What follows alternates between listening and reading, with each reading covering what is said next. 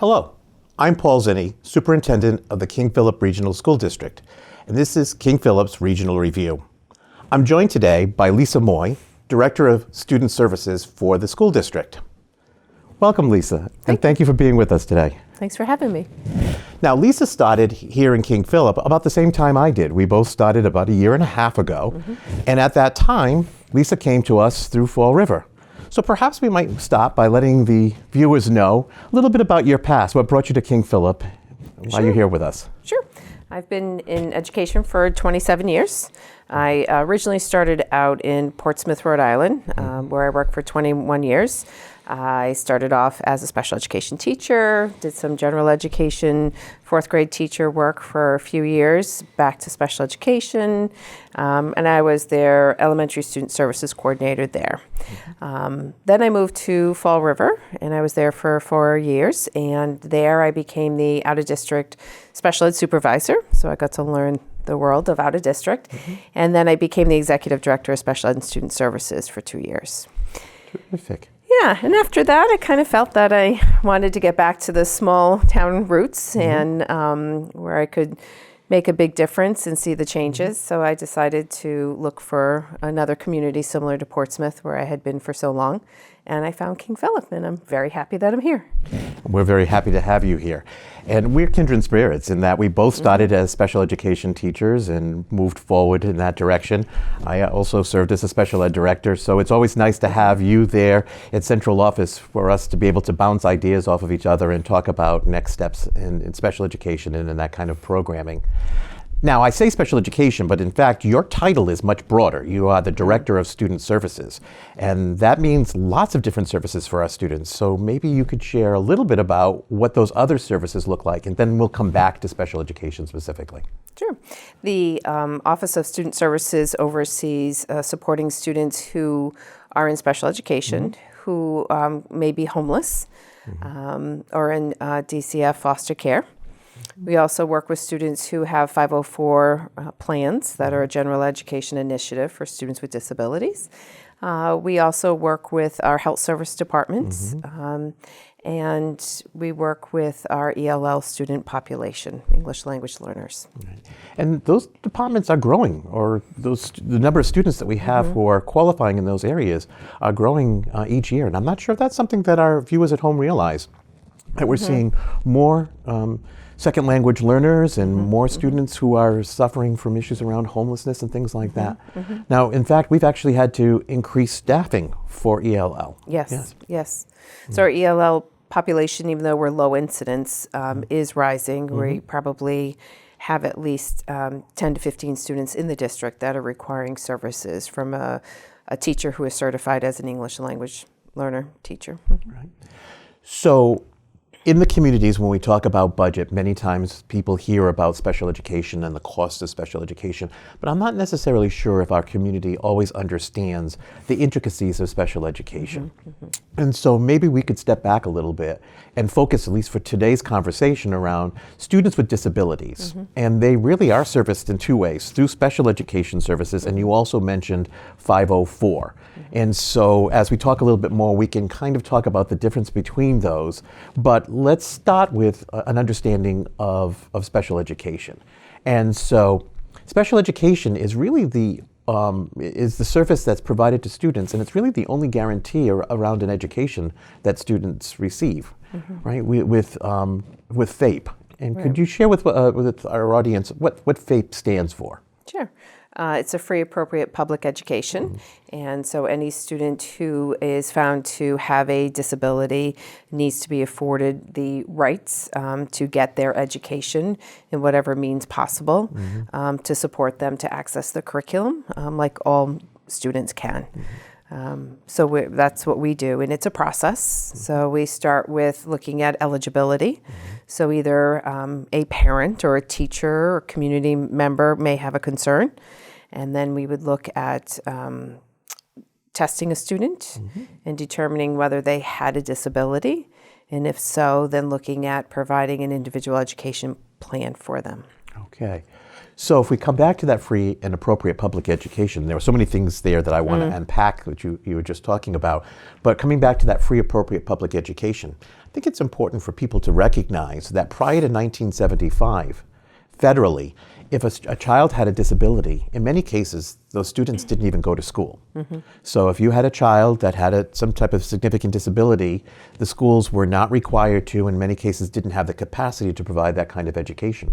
So children either didn't go to school, or parents had to find a private program for them or some type of support for their child on their own.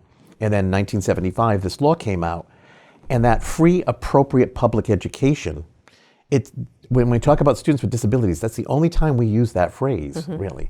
So the federal government came out and said, students with disabilities are guaranteed an education, but they've never actually said that about any other student. So there is a strong guarantee that students with disabilities are now included. Correct. Right. And so you mentioned eligibility. And so when we talk about students being eligible for special education services, what does that look like? So there's 10 categories for a disability that students must meet one of those categories for determined eligibility. So we have things like developmental delay, students who have autism, intellectual impairment, they may have a social, emotional impairment, they could have a specific learning disability, or they could be students who are deaf and hard of hearing, have speech communication disability. So there's a variety of categories that the state provides for us that we need to determine whether a student fits into one of those categories for looking at eligibility. But through the eligibility process, there's a lot of assessments that are conducted to look at the student's cognitive abilities, academic abilities, observations, teacher input. All of that is looked at with parents and staff to determine whether a student may be eligible. So who then does those evaluations? So our school psychologist provides our cognitive and our academic testing. We may have our school adjustment counselor, if there's some social concerns, could do some assessments or observations of a student and provides a report for us. We could have a speech and language pathologist, we could have an occupational therapist, physical therapist, or our BCBA, which is a board certified analyst specialist that looks at behavior if there's a behavioral concern. So really we need to determine what is the area that's causing difficulty for a child, and then test in that area of specific a suspected disability. And now some of these are medical diagnoses as well. Yes. Is that correct? Yes. So sometimes a student might come to us with a diagnosis that a doctor has provided. Correct. Usually like in the area of health. You know, and then we have that diagnosis from the doctor. So the first step around eligibility for special education services is that the student has a disability. Right? And so you talked about those categories when we talked about the people who are doing those evaluations. But that's not where the eligibility ends. Right? No, so you could have a disability and not be eligible for special education. You could have a disability and could be eligible. So what we look at is we're looking at the impact to the student and if they need specially designed instruction, or are they a student that just needs accommodations. If you need accommodations, then you're not going to be eligible for special education. If you need specially designed instruction, then that's when we're going to be looking at whether you need an IEP. Okay, so when we sit down and we're looking at this particular student and we have all of this assessment data in front of us and we determine that there is a disability involved, what we're then doing is looking to see if that disability is impacting their academic performance and to what extent that is. Correct. So a student who maybe has a disability but their academic performance is not strongly impacted may still qualify for some kind of support, but not through special education, correct? We're looking at a student who it's markedly impacting. So it has to impact to a certain degree. Usually our students performing a year to a year below grade level, typically, for some learning disabilities. So it has to be to a marked degree of impact. So if I were a student with a disability, but I was maybe making effective progress or struggling, but coming close to making effective progress, what kinds of supports might I be eligible for from the school district? Sure. So there's lots of supports within the school environment itself. We have intervention supports in reading and math through general education. We also have our student support success team at the middle school and our BBST team at the high school that work with students who are struggling learners but are not special education students. And they support them through interventions, and they come up with plans for those students and they monitor them. So that's one avenue. Another avenue is if a student does have a disability, we could look at a 504 plan, which is a general education support plan for students who have a disability that may qualify them for getting accommodations in the general ed classroom. So Chapter 504 of the law talks about providing services for students with a disability, and it's really a civil rights law. It is. It started with the old ADA ramp law. So, and it was providing access to students who had a physical or mental impairment. So again, for our viewers at home, when anybody has a disability, they have the right to access public services, whether it's a public building and such. And so education is a public service as well. And so when we have students who have disabilities, we have a responsibility to make sure that they can access the education without difficulty. And so we have to put those accommodations in place. So when you talked about or if you talk about a 504 plan, it's really about identifying the accommodations that a student might need to be successful in the regular classroom. Right. Could you maybe give us a couple of examples of maybe the type of disability that might warrant a 504 and maybe some accommodations that we might see in a classroom to accommodate a student like that? Sure. In the 504 and the IEP mirror each other. They're just two different levels of degree. So the same thing for a 504, you may be eligible under 504 because you have a documented mental or physical impairment. And a mental impairment could be a student who has attention deficit disorder. Or we could have a student with a medical diagnosis of diabetes.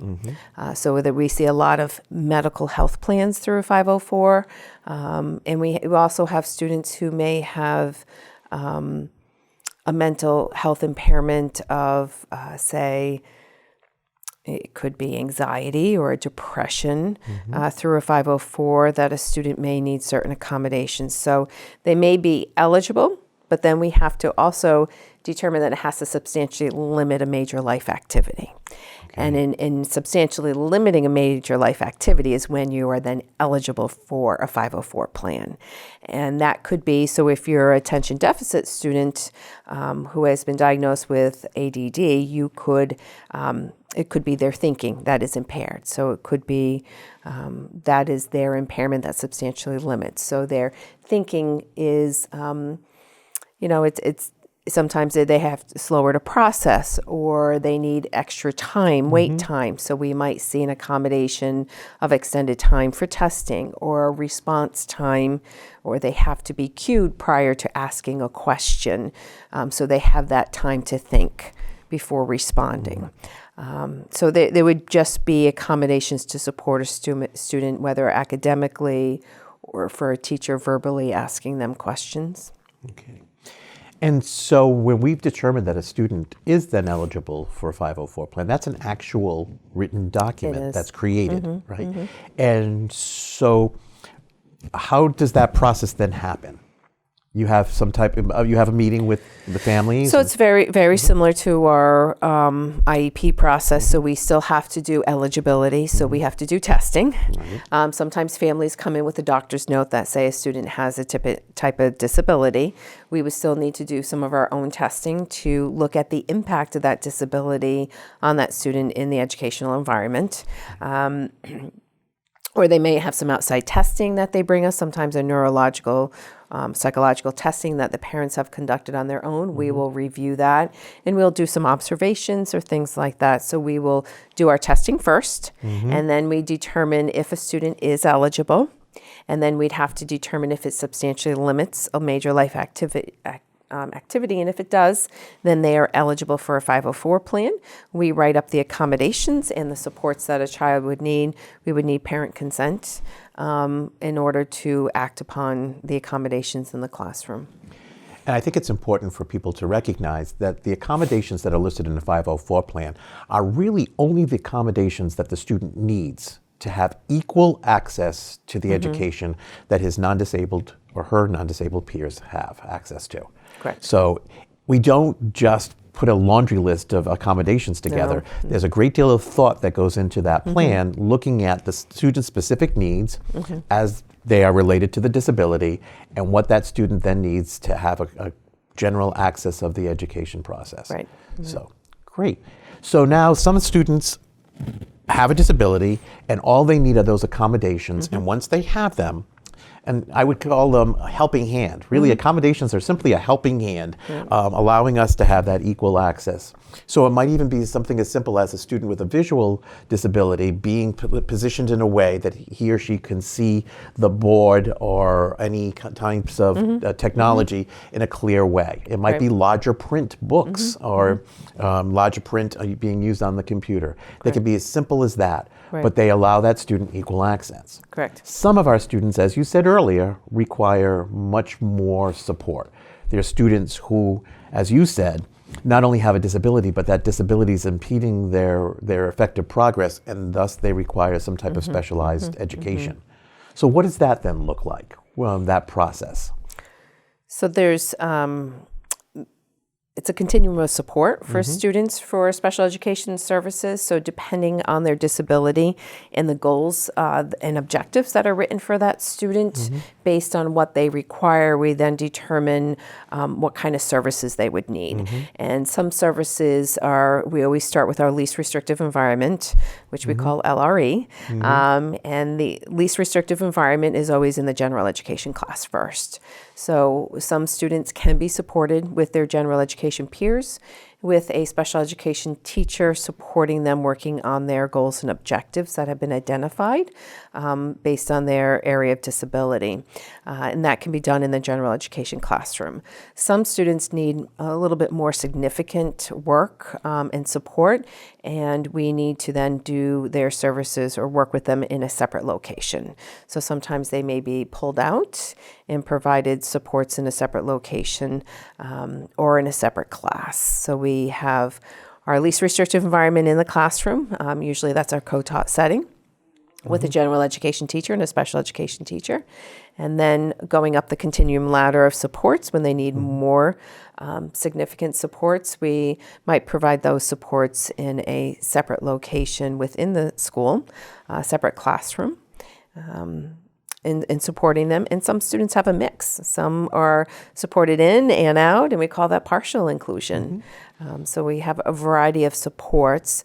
And some of our students that are our neediest students, if we are not able to support them in our schools with the programs that we have, then we would look at alternate locations. Right. So if we look at that alternate location, we come back to that first tenet of special education, which was that free, appropriate public education. So that means it's free to the family, regardless of the cost. Correct. And the burden of that cost falls to the school department, regardless of the cost. Right. But when we talk about least restrictive environment, it's important for everyone to understand that wherever possible, we want students to be educated in an environment with their peers in their neighborhood school as closely resembling the education of their non-disabled peers.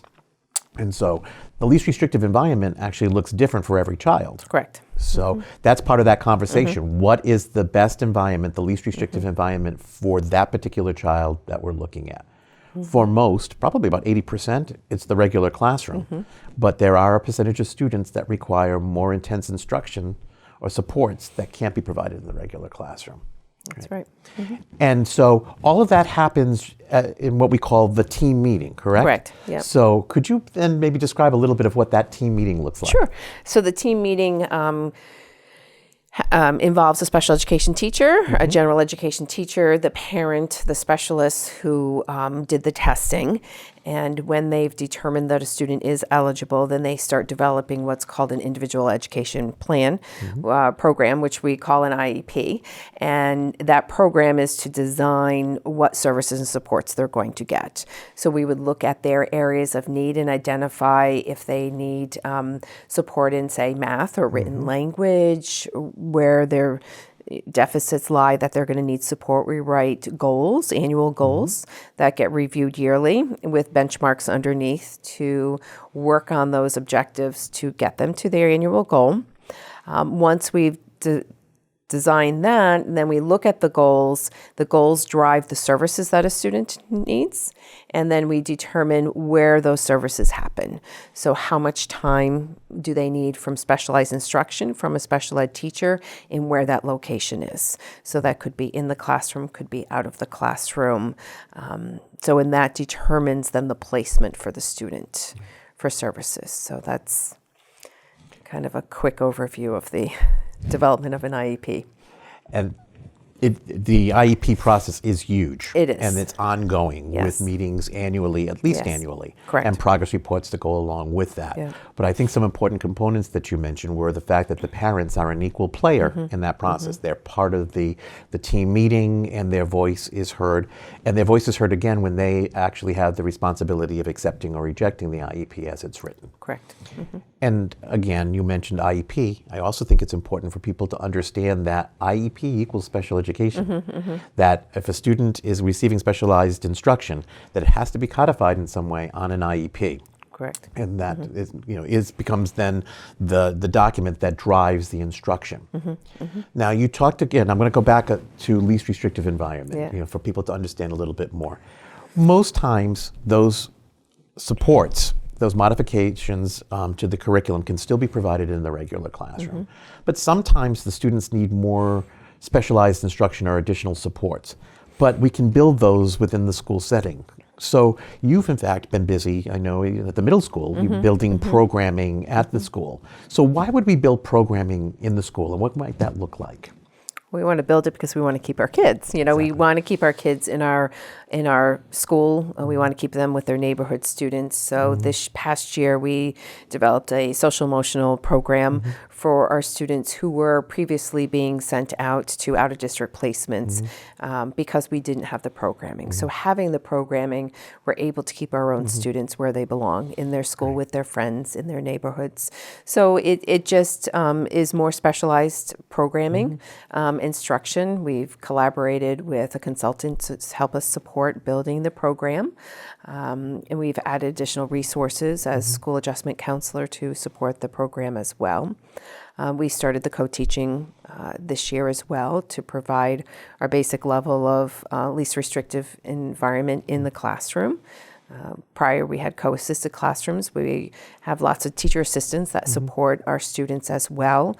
But I wanted to have our special education teachers actually teaching with general education teachers in the classroom environment and providing the supports so our kids could be in the least restrictive environment. You've done an excellent job of building programming within the schools to support our students, to make sure they receive the supports they need.